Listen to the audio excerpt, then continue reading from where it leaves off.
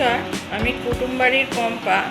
আজকে চলে এসেছি আপনাদের কাছে একটা নতুন ভিডিও নিয়ে। তবে ভিডিওটা করার অনেক কারণ আছে। ভিডিওটা খুব আনন্দের ভিডিও না বা খুব ভালো ভিডিও না, দুঃখের ভিডিও। কারণ ভিডিওটা করতে বাধ্য হলাম। অনেকেই আমাকে বলছেন যে আমি কেন ভিডিও দিচ্ছি না। তার একটা কারণ আছে। সেই কারণটা হলো, আমার ছোট্ট একটা অ্যাক্সিডেন্ট হয়েছে গেল শুক্রবার। তো সেই কারণে আমি এখন কোনো ভিডিও করতে পারছি না, তাই দিতেও পারছি না। তাই সবাইকে সেটা জানানোর জন্যই আমি এই ভিডিওটা করছি। গেল শুক্রবার রান্না করতে গিয়ে আমার গায়ে গরম তেল পড়ে যায়। তো পড়ে যাওয়াতে অনেকটা জায়গায় আমার পুড়ে গেছে, পা পুড়ে গেছে, বডির অনেক পার্টস পুড়ে গেছে। তা সেই কারণে এখন আমি বেড রেস্টে রয়েছি, কোনো কাজ করতে পারছি না আর ভিডিও করতে পারছি না। তো অনেকে আমাকে পার্সোনালিভাবে বলছে ভিডিও করছি না কেন, তাদের জানানোর জন্যেই আমি এই ভিডিওটা করা। গেল শুক্রবার একটা বড় দুর্ঘটনা, বিপদ থেকে আমরা বেঁচেছি। আমিও বেঁচেছি, আমার বর্মশাইও বেঁচেছে। কারণ বড় দুর্ঘটনা হতে পারত, আর খুব ছোট নয়। যদিও বলি খুব ছোট দুর্ঘটনা নয়, যা হয়েছে আমার উপর দিয়ে হয়েছে, বর্মশাই বেঁচে গেছে, এটাই অনেক ভাগ্যের ব্যাপার।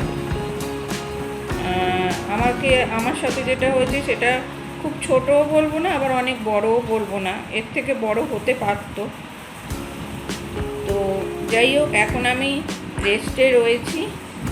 আর তার জন্যে আমার দুজন হেল্পিং হ্যান্ড রয়েছে, তারা আমাকে সবসময় সাহায্য করে চলেছে। তারা সব কিছুই করছে, আমি কিছুই করতে পারছি না।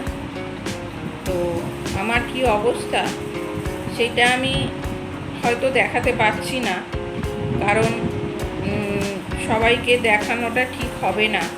আবার সবাই কীরকম কীভাবে নেবে সেটাও বুঝতে পারছি না। তবে আমি আমার হেল্পিং হ্যান্ডকে দেখাবো, যারা আমার সাথে রয়েছে। তারা আমাকে সেবা করে যাচ্ছে সকাল থেকে রাত্রির অবধি। আর ভিডিওটা আমি কোনো সিম্প্যাথি নেওয়ার জন্য করিনি, আগে থেকেই বলে রাখি। আমি জাস্ট জানানোর জন্য ভিডিওটা করছি। তো চলুন আমার হেল্পিং হ্যান্ডের সাথে আমাদের পরিচয় করিয়ে দিই, তারা কি করছে দেখুন। চলুন দেখি কি করছে।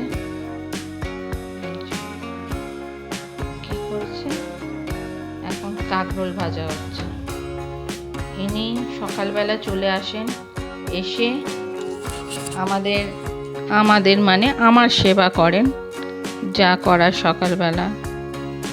তারপরে লেগে যান আমাদের পেটের ব্যবস্থা করতে, দুপুরে কি খাবো দাবো না খাবো। ইনি যদি না আসতেন তাহলে হয়তো আমাদের দুপুরের খাওয়াটাই, দুপুরে কেন রাতের খাওয়াও হতো না। কারণ সেইভাবে হেল্প করার মতন আমার বাড়িতে কেউ নেই। আমার শাশুড়ি মা অসুস্থ, উনি পারবেন না, আর আমার মাও আসতে পারবে না, তাই উনি করেন সব কিছু। দুপুরে রান্না করেন, আমাকে দেখাশোনা করেন, সকালবেলা সমস্ত কাজটাই উনি করেন, করে টোরে তারপরে রাত্রিবেলা যান, রাত্রিরের খাবারও উনি করে দিয়ে যান। এনাদের মানে কি বলবো, অনেক পুণ্য করছেন আমাদের মতন সবাইকে সেবা করে। সত্যি ওনারা অনেক পুণ্য করছেন। শুধু আমাদের কেন, অনেক বৃদ্ধ মানুষকেও ওরা সেবা করেন। আর সত্যি এরা না থাকলে বোধহয় আমরা অন্ধকার হতো এখন এই সময়। যাকে আমার এই পরিস্থিতি, যা অবস্থা এখন, কবে যে সারবো আমি জানি না। আর কবে যে আপনাদের আবার ভালো ভালো ভিডিও দিতে পারবো সেটাও ঠিক বলতে পারছি না। এখন কি বলবো আমি নিজেই জানি না।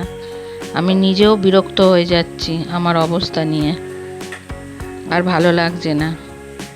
শুধু সবাইকে একটাই কথা বলি, সবাই প্রার্থনা করুন যাতে তাড়াতাড়ি সুস্থ হয়ে যায়, অন্তত পুজোর আগে একটু সুস্থ হয়ে যায়, কারণ বছরে একবারই পুজোটা আসে, তখন যেন অসুস্থ হয়ে ঘরে বসে থাকতে না হয়। তাহলে মানে কি বলবো, মন খারাপ তো এমনি, আরোই মন ভেঙে যাবে যদি না বেরোতে পারি। তাই সবাই মিলে একটু প্রার্থনা করুন যাতে তাড়াতাড়ি সেরে যায়, গিয়ে পুজো অবধি যাতে আমি বাইরে বেরোতে পারি।